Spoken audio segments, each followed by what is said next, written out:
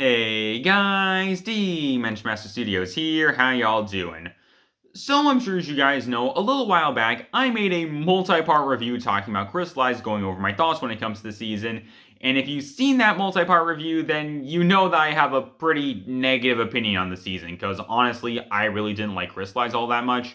And one of the things that I brought up a lot during that review that I really didn't like is the way that the season handled Lloyd's arc. I really did not like this at all. So, let me just explain the whole situation, and in case this isn't obvious, spoilers for part 2 of Crystalized, so let's get into this whole thing. Now, for those of you who are confused about what I'm talking about, back during the Ice chapter, Lloyd started off on this big and massive character arc of him getting over Harumi and moving on from her.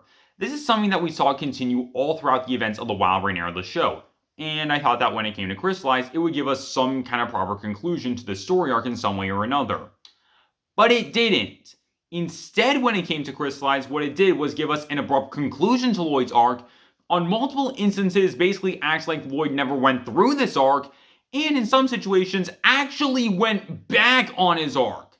This whole thing was handled terribly, honestly, when it comes to Crystalized, and I just want to explain how when it came to Crystalized, it ruined what I honestly feel like is one of Ninjago's best stories. So, let's get into more of the specifics. So for starters, here's a brief recap when it comes to Lloyd's arc. Again, this started during the Ice chapter, because when it came to the Ice chapter, it did two major things for Lloyd's character.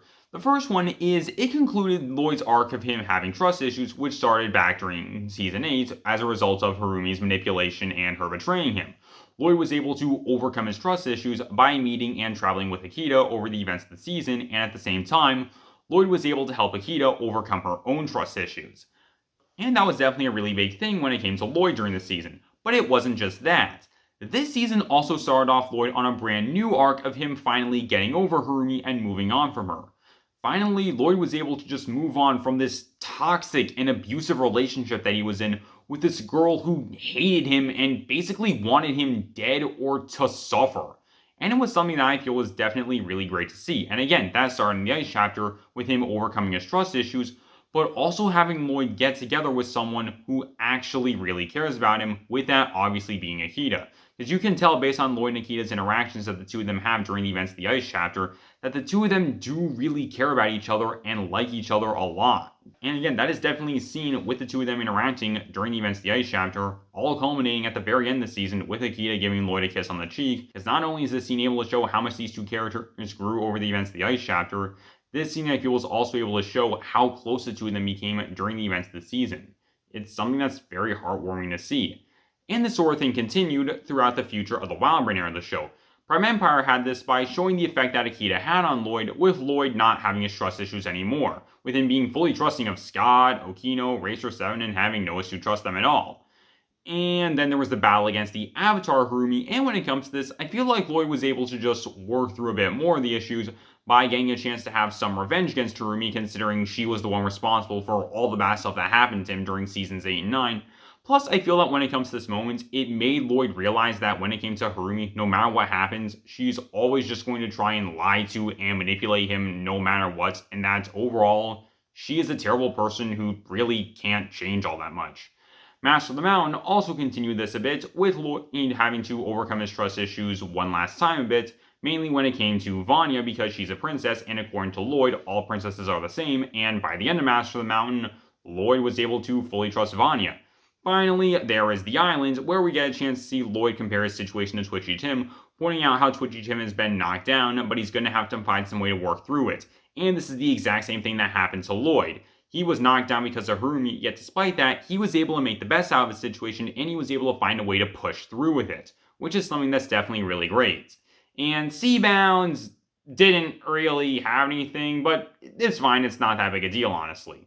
And when it came to this whole arc, it was something that was really great to see, because again, it just showed Lloyd finally getting over this toxic and abusive relationship that he was in with Harumi, who was an abuser who made Lloyd her victim. Again, this is something that was really great to see, and I thought that Crystalized would be able to find a way to lead into a proper conclusion to the story arc. But again, like I said, that never happened, and it actually made things worse.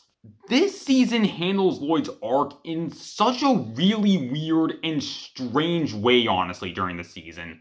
Like, during episode 13, I can understand Lloyd being shocked considering, Harumi's back and she's telling him a whole bunch of stuff and everything. So, I don't really have any major issue with Lloyd acting the way he is during that episode. But then episode 14 comes in, and this is where things start to get really, really strange. Because towards the beginning of this episode, where we see Lloyd's talking to Rumi saying and stuff like, "You don't have to do this isn't you," which is really odd. And then towards the end of the episode, we see Lloyd tapping into his Oni powers and fighting against Harumi, not holding anything back at all, like with what we saw towards the end of the fight against Avatar Harumi during Season 12. Then we have episode 16, where Harumi reveals the news of the monastery being blown up and how everyone inside of it is dead, and Lloyd basically calls out Harumi saying that she's no better than the Devourer and that he's going to make her pay for what she's done. But then towards the end of the episode, we once again have Lloyd being all like, "No, Harumi, you don't have to do this isn't you," like, what the heck? Then we have episode 17, where we have the really weird decision where Lloyd decided to grab onto Harumi and jump off the Oni Temple with her for absolutely no reason at all. Like, this scene makes literally no sense given Lloyd's character and everything that's going on. And what makes the whole situation even weirder is the fact that this moment is never brought up at any point in the future. During episode 18, it's never brought up at all, and for the rest of the season, once again, it's never brought up by any character at all as to why Lloyd did this. And again, it makes me wonder, why did Lloyd do this in the first place? It doesn't make any sense. And then during episode 18, this whole situation is meant to be a reverse of the episode, the quiet one from season 8. And during this episode, we see that Lloyd is basically done with Harumi, and he's not letting her manipulate him anymore. Because Harumi, she tries to do this, but Lloyd isn't falling for any of it. Plus, at the same time, when it comes to Lloyd, he basically calls out Harumi again, saying that she's filled with nothing but anger and hatred and fear. And basically tells Harumi to her face, "You are a terrible person." And then the two of them never interact with each other ever again until episode 29, and yeah, that was really weird, honestly, that the two of them, again, never met up or talked again at any point until the final 2 episodes. Again, that just seems really odd. And then we actually get to episode 29, where we once again have Lloyd being all like, "No, Harumi, you don't have to do this isn't you, like, just, seriously, what's even going on here?" And then we have the really bad decision to have Harumi swap sides and be on good terms with the ninja, with her fighting against the Overlord. And just, this whole thing throws a massive wrench into Lloyd's character development, considering part of Lloyd's character development was him realizing that Harumi's a person who isn't able to change and that she's always going to be a terrible person no matter what. So to have Harumi swap sides basically goes against Lloyd's arc for pretty much no reason at all. But then things get even worse in the finale, and just really during these last 2 episodes, where they basically just end Lloyd's arc. Like, it just abruptly ends and there isn't any real conclusion to this at all. Again, the whole thing just abruptly ends with Harumi swapping sides, and that's it. The whole situation with Lloyd having feelings for Harumi or any of this stuff, it's never brought up again at any point, and this seems really weird. Like, they don't force any kind of romance between Lloyd and Harumi, which I am grateful for, but that doesn't mean that Lloyd's arc is concluded or anything. Like, seriously, what is the deal with Lloyd in this situation? It doesn't make any sense at all. Like, if they wanted to keep this to be up to interpretation and let us, the fans, choose what happens, like, I can respect that, but why did you choose that? Like, this is an arc that they've been building to over the course of the past 3 years and 5 seasons. And just to see it end with no real conclusion at all, and for them to basically go back on it in the final 2 episodes, that makes absolutely no sense. Like, why would you just go back on it in the final 2 episodes and not give us any real conclusion to this arc? It makes literally no sense. The way that I would have handled this is to maybe have a situation where Harumi tries to apologize for Lloyd and say sorry for everything that she did. And Lloyd ends up deciding not to forgive Harumi for all the terrible stuff that she's done, saying that for what she did do, it hurt him too much, and how, again, he's not going to forgive her. Because, honestly, I don't think that Lloyd should forgive Harumi. After all the terrible stuff she did to him, to his friends, to Ninjago, Lloyd has absolutely no reason to forgive Harumi for all the terrible stuff that she's done.